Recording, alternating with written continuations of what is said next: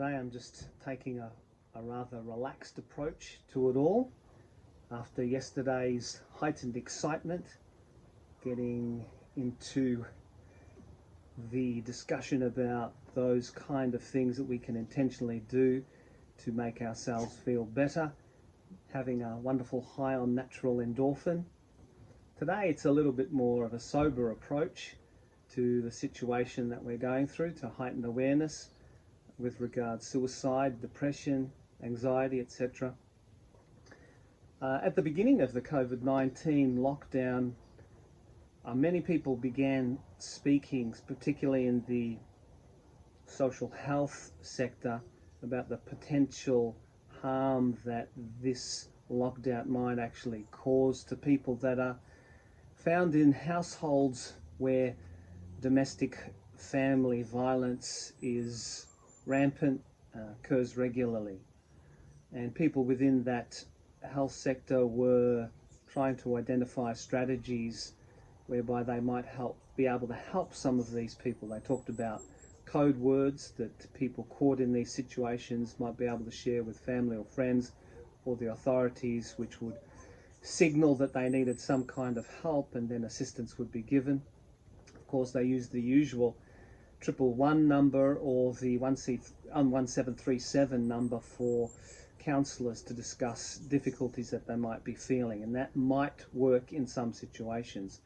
But in many situations, now that they're locked down into their bubble and they can't get access to the normal points at which they might have experienced some kind of freedom or an opportunity to be able to share with others their difficulty, or even their chance to actually escape from that situation and go to women's refuges, many of those access points have now been limited because of the experience that they're feeling during lockdown. They still need our help, and they need to find ways in which they can access that help. There have been attempts to try and loosen things up for those people in those situations.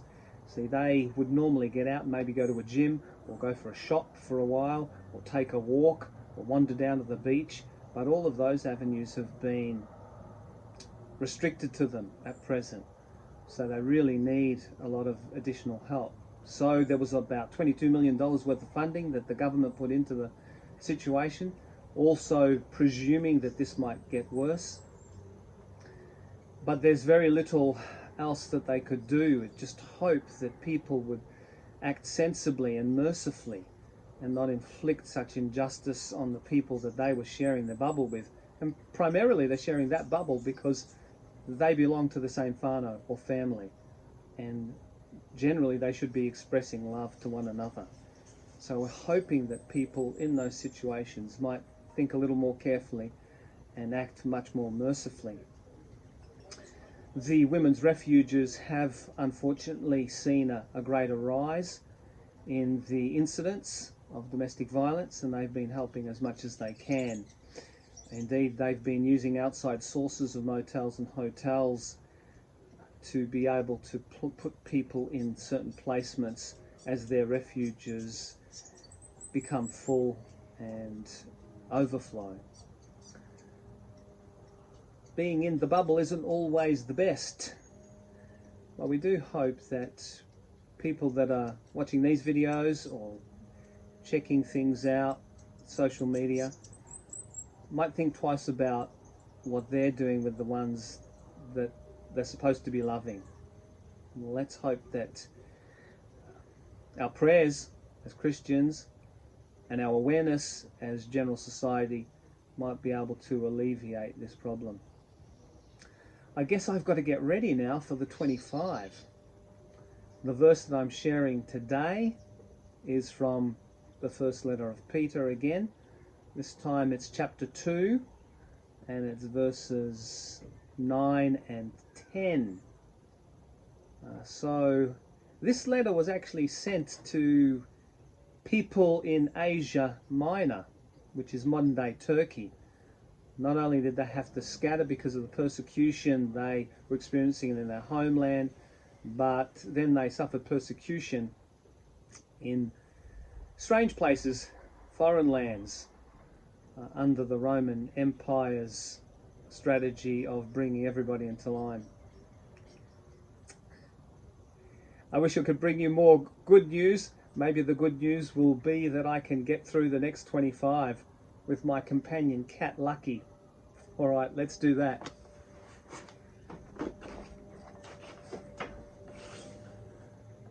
First Peter chapter 2 verses 9 and 10. But you are a chosen people, a royal priesthood, a holy nation, God's special possession, that you should declare the praises of Him that brought you out of darkness and into His marvelous light. Once you were not a people, but now you are a people of God. Once you had not received mercy, but now you have received mercy. Oh, I tell you what, I need some mercy.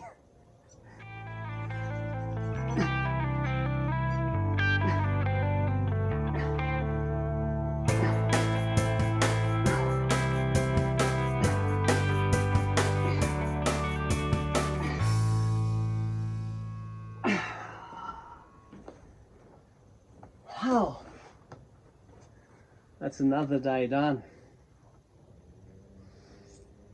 Let's be really thoughtful about the people that we share our bubbles with.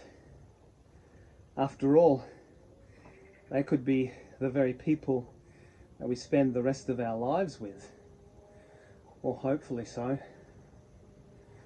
God bless, take care, until the next time.